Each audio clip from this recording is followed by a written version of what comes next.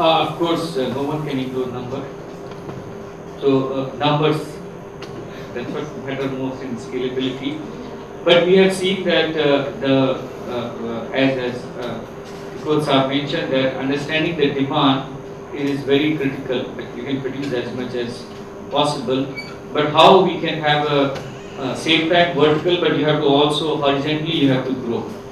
So we are continuously looking for a niche area and build up ourselves in that, and also demand based. Like some of the training we see the higher demand, that's where the vertical will go.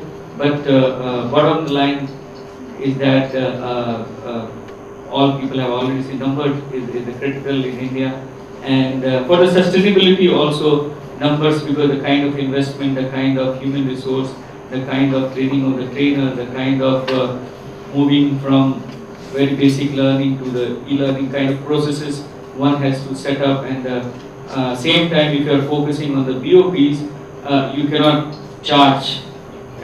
So we have to decode that piece. So at the same time the cost is lower, so it's affordability. Our thumb rule is that whatever the person gets in first month, fee shouldn't be 3 times higher than that. What does mean that within a year they can be free of that loan. If we go higher, so it's very critical in each training to find the equilibrium. Like in the beginning we follow the puristic, or you give whatever the best, but the moment you turn into sustainability, that best is kind of whole life they will be repaying the loan. Right. So that's where it is not the way. Somehow you have to find the equilibrium, fine tune the model, and find the equilibrium and then scale it up. Pick 2 or 3 of your key sectors and give us some scalability numbers from to what? Like for example, in case especially the social entrepreneurship domain, that's where we have figured out the whole model, training the trainers, and setting up the whole. Like for example, our first batch cost was almost 2 lakh rupees for the whole training, the first batch. Right now is almost around 55,000 rupees per person per batch. In that, our student pay around roughly 40-45. So how many students? How many students are you putting through it? Like in a year, around 50 people graduate, but we have like we'll figure out this.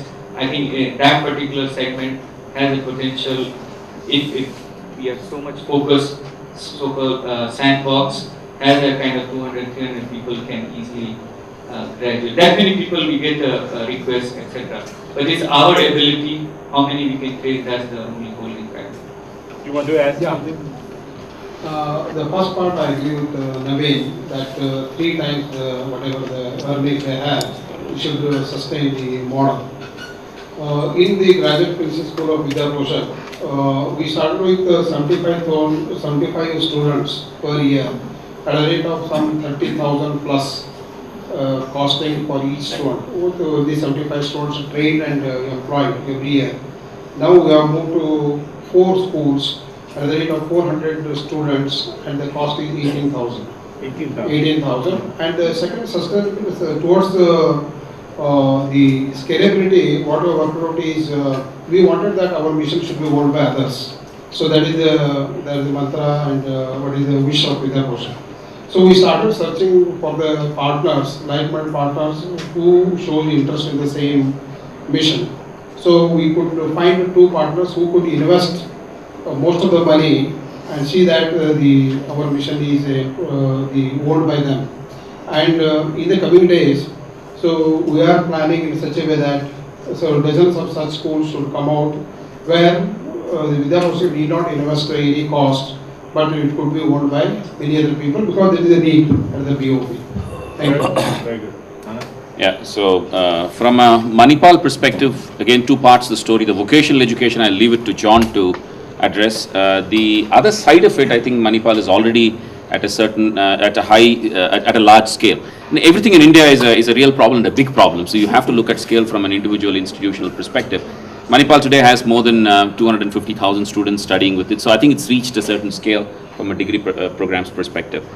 But let me just answer that in a slightly different way. If I were to look at any institution today which has reached a reasonable amount of early stage across the hump, so to speak, And I would think that, in education for employability, two things are there. One is you cannot grow too fast because quality will get affected.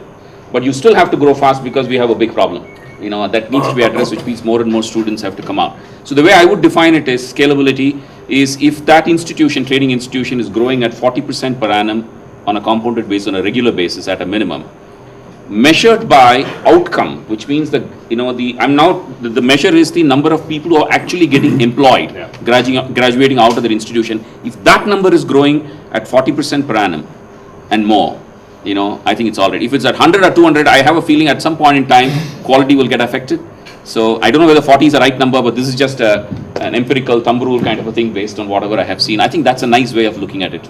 If I may add, yesterday there was a session where Narayan Murthy was talking about one of the key success factors for his world and applied to the NGO world is outcome-based objectives. And Anand just mentioned that, which is they're very much focused not on the process of training, they are focused on that, but they measure their success for sustainability based on outcomes. And when you go to the results orientation, your mindset is very focused, your costs are very focused, your value add is highly focused, and everybody wins in that equation. There are no losers. As opposed to a lot of NGOs that rely on government grants or private grants that are simply focused on the process of money raising and value delivering, but not necessarily on the outcome. So let me encourage everybody to look at outcome-based metrics as a very important focus area. I couldn't agree more, and actually that helps me to answer the question. Manipal City and Guilds really operates two businesses in a way. One is very volume driven in terms of the training business, and I can answer the scale question there. But the other part of the business is effectively quality assurance and quality assurance of training, and making sure that the training has the outcomes that are necessary, which in this case means placement in work and retention in work. And actually what I need to look at as the CEO of that business is how much investment and how much growth we get from the training business and how much we get from the quality assurance of training business, because actually that's a part of our core competence, making sure that training is effective, that assessments are managed effectively, and that the learner coming out can do the job that we expect them to do. So we believe we've got an opportunity to support other training businesses to make sure that placement is effective. So to answer the first part of the question, in terms of our training business, we're operating at, let's say, between 10 and 12,000 learners a year. And it's tough having a board director sitting next to you because this becomes a personal target. But we will be expected to become a 3 to 5 times size business within the next 2 to 3 years. We've been growing at between 50 and 200% since 2009. And that will clearly slow down, but we need to get to probably the 50,000 learners a month, 50,000 learners a year mark to really have anything that we could determine as scale. But the other part of my business, quality assuring other people's training, making sure that people are using appropriate training materials, that the training itself is effective, that people are being placed appropriately, that they can do the job the certificate says they can do. I would expect that to become at least as big as our training business and have that sort of value. Anand, as a board member, I'm sure that's an understated target. Don't Absolutely. You I know what to multiply that Gauri? Yeah. Sorry, yes. Thank you. I mean, we have a magical number to this. So, we look at 100,000 people to be skilled over a 10-year horizon as the scale that we're looking at. 100 million? 100,000? 100,000. per month. Per month. No. 100,000 over a 10-year horizon. Okay. Oh, okay, for an entity. For an entity. Oh, okay. Yeah, Okay. for an entity. And Yeah, also, I mean, we relate it to outcomes to say that 70 to 80% of these people either have to get a job at the end of the training, or if they are getting upskilled, they need to get an enhancement in salary or wages, or they need to get self-employed.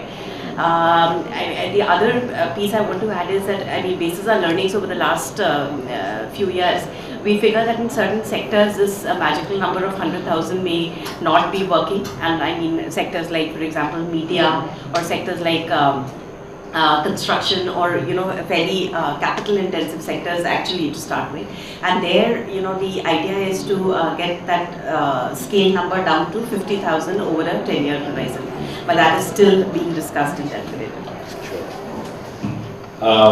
At Head and High, we would have, by the end of this financial year, March, we would have trained about 700 people in 3 districts. We are in Gadar, Koppal and Tikot. We've got a 10-year plan on paper, to figure out how to execute it. But the way I see it, I've taken it in 3 phases. Right? First phase for the next 3 years, I'm saying get the model right phase. Right? In the get the model right phase, we need to reach 10,000. When I say get the model right, we need to have ironed out the loan model, the repayment model, the placement model, the productivity model, the rule TPO that we are building, the whole stuff. Right? That's the target we've set ourselves for the next 3 years. Cumulative, this is all cumulative numbers. The next 3 years I'm calling it as get the scale right phase, right? Where we will go from 10,000 to a cumulative 100,000 in the next 4 years. And here is when we will need to iron out all the elements that will get the scale processes going. Right? How do you replicate this rapidly across another 50, 60 districts? By the end of phase 1, we target to be in 30 districts. At the end of phase 2, we want to be in 100 districts. The last phase is when the magic, I hope, will start happening, and I call that phase as get the clones right phase, right? So 8th, 9th, 10th year onwards, we want to go from 100,000 to 2 million, essentially by identifying 100 clones. I'm not even talking of franchise, replications, whatever, but people who say, here is the whole thing in a box, a magic head and eye in a magic box, go take it and replicate it, and here's the entire platform that goes along with it. So that's how we're looking at 3 phases. Right now, we're just focused on getting the first phase through. The next 3 years, can we get 10,000 students trained? And just to, I was thinking of an interesting framework to recap all the things. So I'm thinking there's a 3S and a 3P framework, right? The 3S is the inner triangle where I'm saying when we do this, we have to think of scale, sustainability, and success metrics, right? Which is what we covered. But I think so for me, that's phase 1. In phase 2, I would draw another triangle outside, which is the 3P framework, which I'm calling as the process, people, platforms triangle, and we'll come to that. But I'm saying only if we look at these 6 factors, can anything scale? And the other part is from a design perspective, we're already thinking of the other 3 factors of saying how do we embed that into our phase 1 itself, so that phase 2 we can scale rapidly.